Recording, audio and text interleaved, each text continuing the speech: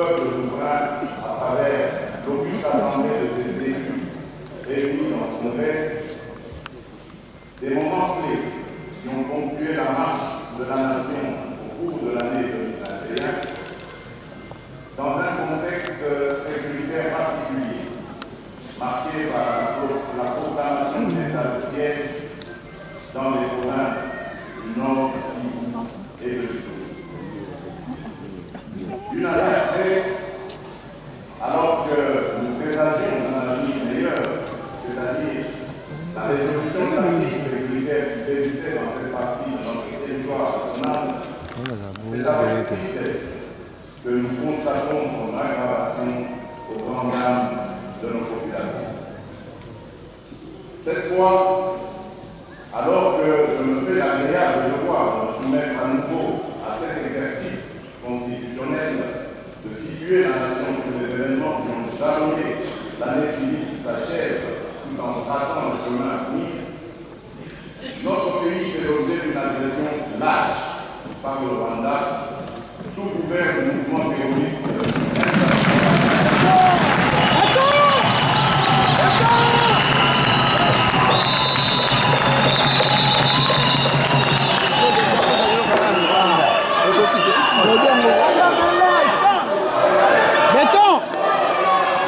Laissez-nous écouter d'abord un peu vos sentiments là. Conséquence directe,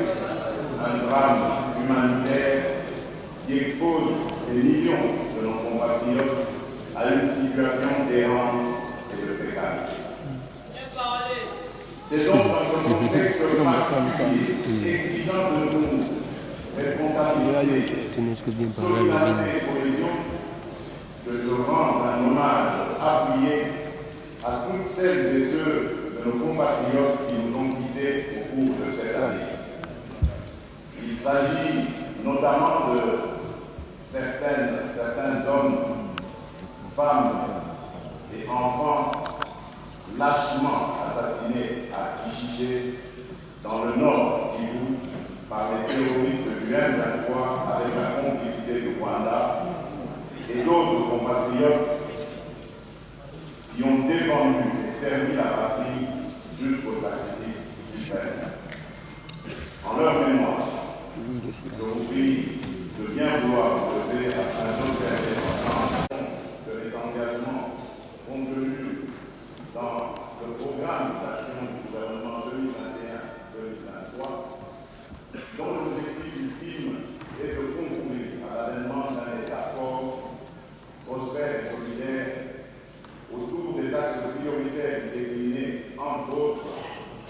la restauration de la paix et de la sécurité, le renforcement de l'autorité de l'État, la relance de l'économie nationale, l'assainissement de la gestion des finances publiques, la lutte contre la corruption sous toutes ses formes, la protection de l'environnement, l'amélioration qualitative des conditions de vie des populations, la couverture santé universelle, la mise en œuvre de la gratuité de l'enseignement de base, l'autonomisation de la femme, ainsi que la promotion de l'entrepreneuriat des jeunes.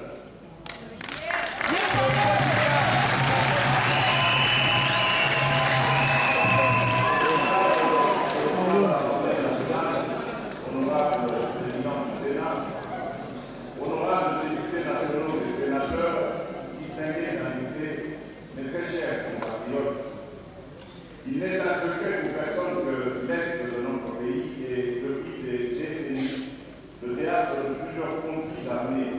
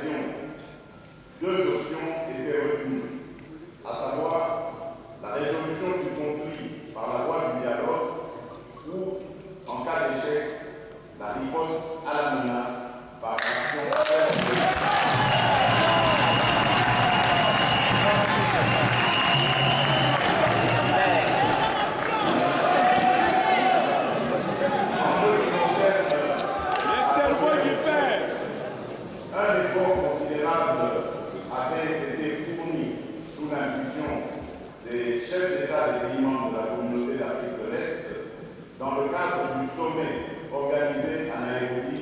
le 20 juin 2022. À l'issue du sommet, il a été signé d'abord au groupe d'armées locaux la cessation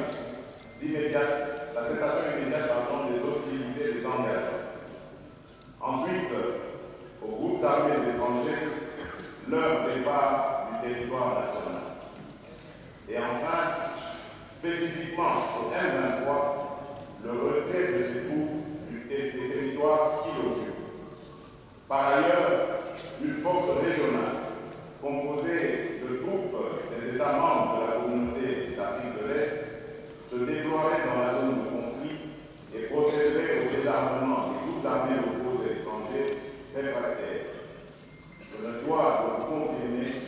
que les premiers contingents de cette force régionale ont foulé le sol congolais. Dans le même ordre d'idée, sous les bons offices du président angolais, son Excellence M. Joao Lourenço, médiateur désigné de l'Union africaine, avec l'appui de la Conférence internationale de la région des Grands Lacs, ainsi que les Nations Unies, une tripartite s'est tenue à Luanda le 6 juillet 2022. La feuille de route qui en est sortie préconisait primo la cessation des hostilités et le retrait du M23 des positions qui occupent. Secondo, la création d'un mécanisme ad hoc de vérification et d'observation entre la République démocratique du Congo et le Rwanda.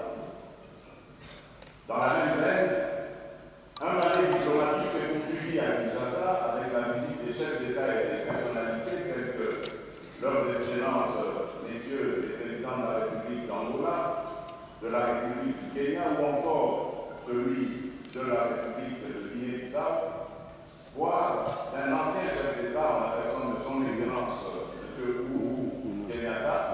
facilitateur désigné de la communauté d'Afrique de l'Est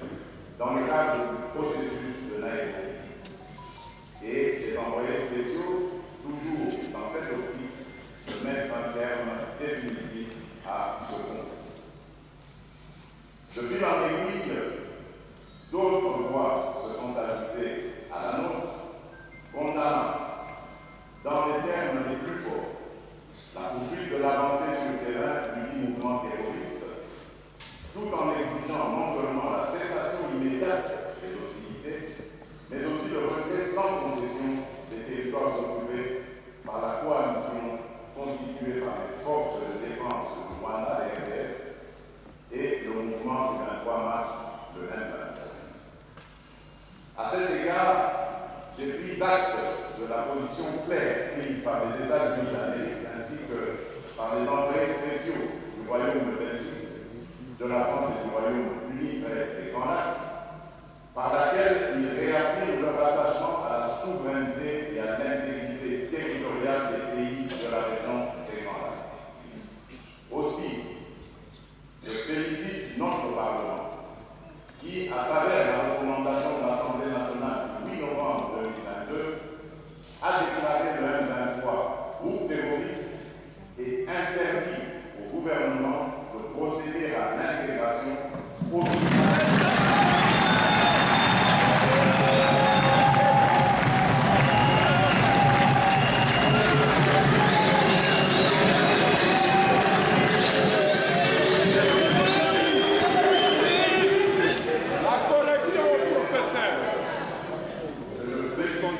notre Parlement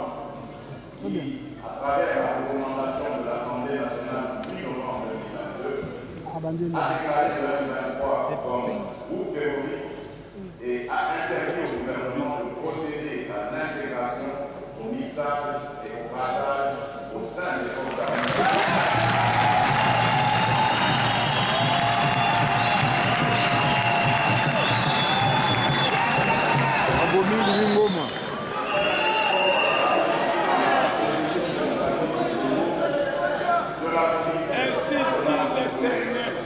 Et de tout autre service de sécurité, des éléments issus des groupes armés qui se sont livrés à des violations massives des droits de l'homme au préjudice des populations congolaises. hommage à nos forces armées qui, tout en restant attentifs aux efforts diplomatiques que nous obligent notre ouverture au monde et nos engagements internationaux, défendent la patrie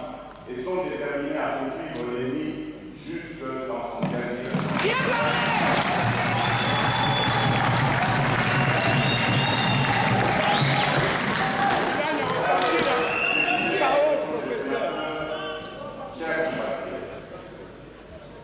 Face à la persistance des menaces de la paix et la sécurité dans notre pays, j'ai, lors de mon adresse télévisée de novembre dernier à la Nation, galvanisé nos troupes et fait appel à la vigilance de notre population, particulièrement de notre jeunesse, en incitant à se faire enrôler massivement au sein de nos forces de défense et de sécurité.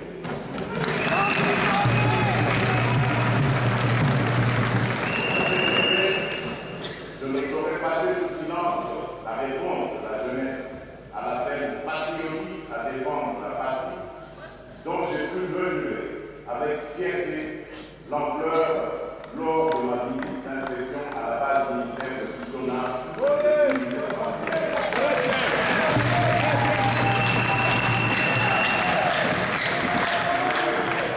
Je salue aussi les initiatives du monde universitaire visant à accompagner de manière structurée l'engagement patriotique de la jeunesse estudiantine à la défense de la patrie. Bissoyez, nous sommes là, nous sommes là.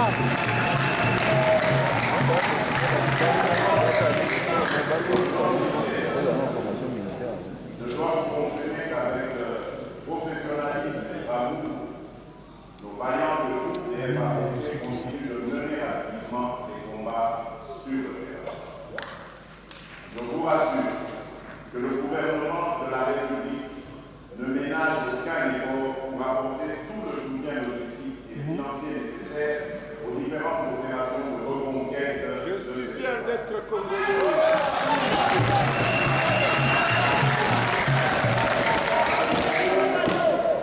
La loi de programmation militaire promulguée cette année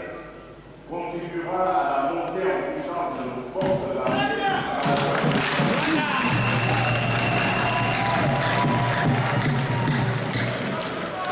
Je saisis cette opportunité pour remercier tous nos compatriotes pour le soutien qu'ils apportent à nos forces armées, notamment à travers les différentes marches organisées sur toute l'étendue du territoire.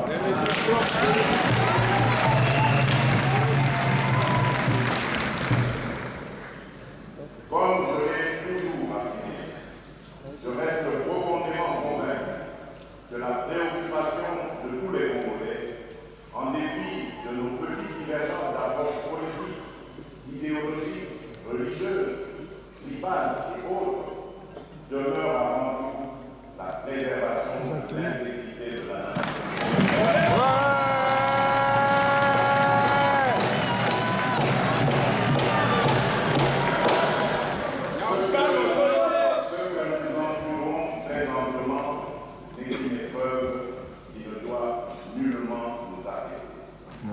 Soyez rassurés que nous allons surmonter la tête haute. Amen.